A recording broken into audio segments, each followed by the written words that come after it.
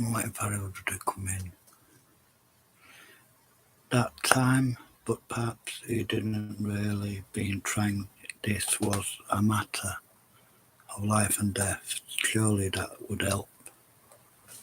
He purposely fully slowed down his breathing, starting straight ahead, trying to forget everything else he focused on.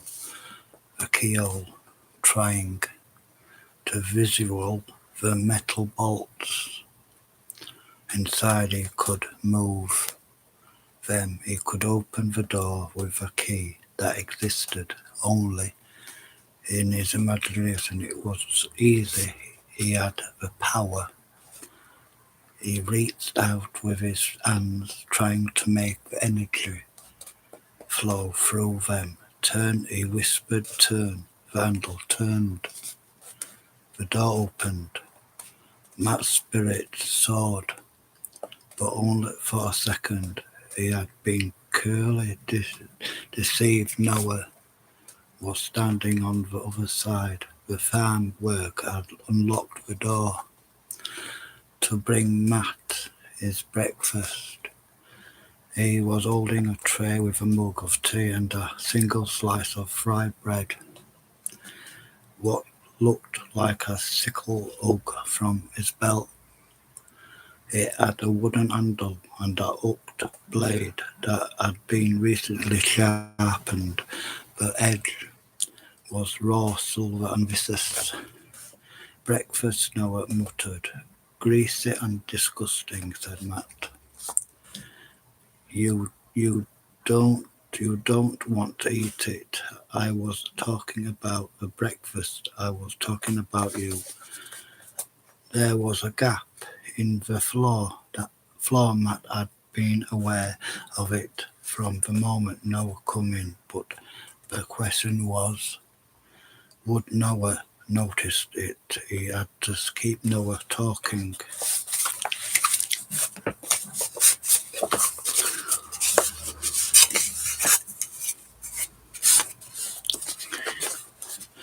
Somehow he had to keep his attention divided. Noah sat the tray down on the bed. I like to bath, Matt said. No bath. How about a shower? Or maybe you don't know what that is from the smell of you. I'd say you've probably never had one either. The taunt worked. Noah was gazing at him, his attention divided from the rest of the room. For a moment he stood there, breathing heavily. He stuck the sickle out of his belt and held it up to his lips. Then he ran his tongue down the blade. I'll enjoy watching you being killed, he breathed.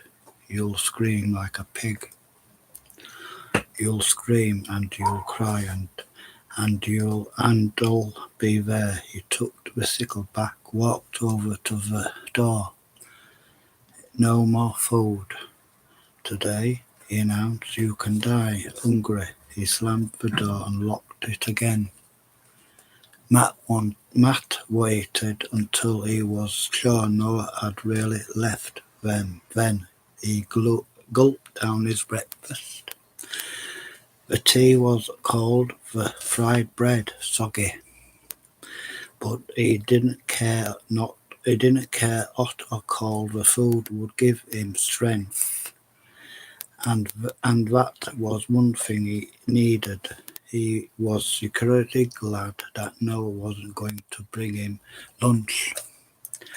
That gave him more time. It was obviously to him that he wasn't going to open the door by magic or any other means. There was only one way out of here, and that was through the hole he had already made. It just had to be bigger, and now he could work uninterrupted all day. When Matt next looked at his watch, it was just after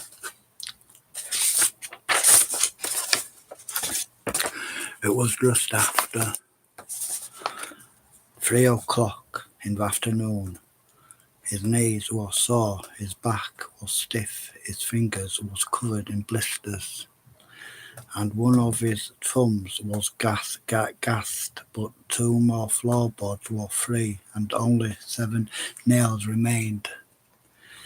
Before the hole would be large enough for his purpose, he jumped down or swing himself down at arm's length, but he had another plan, and he would have only one chance to make it work. 6 o'clock arrived, and still the 4th plank refused to budge. 7 nails stood between him and success. Now he worked more festively, caring less about the noise. What would he do if this didn't turn out the way he hoped?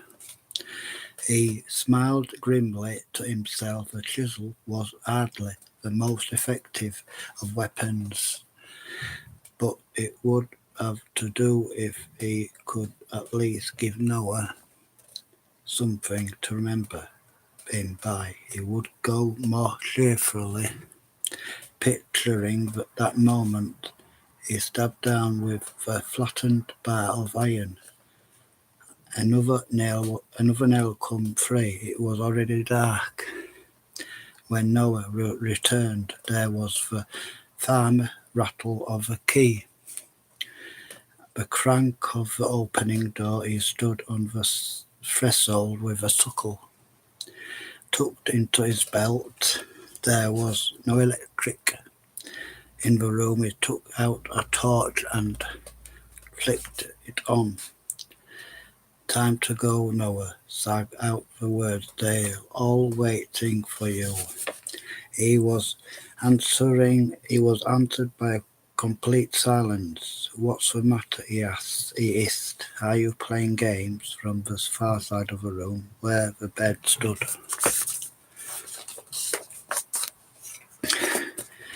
There come a pain groan. Matt, what is it? Are you sick? Matt ignored again and coughed. A rattling cough. Anxiety. Noah held the torch at arm's length. If this is some sort of trick, he threatened, I'll make you wish you'd never been born. It took 2 paces into the room and stepped onto the rug. Subscribe if you like. Watch my other videos. Thank you.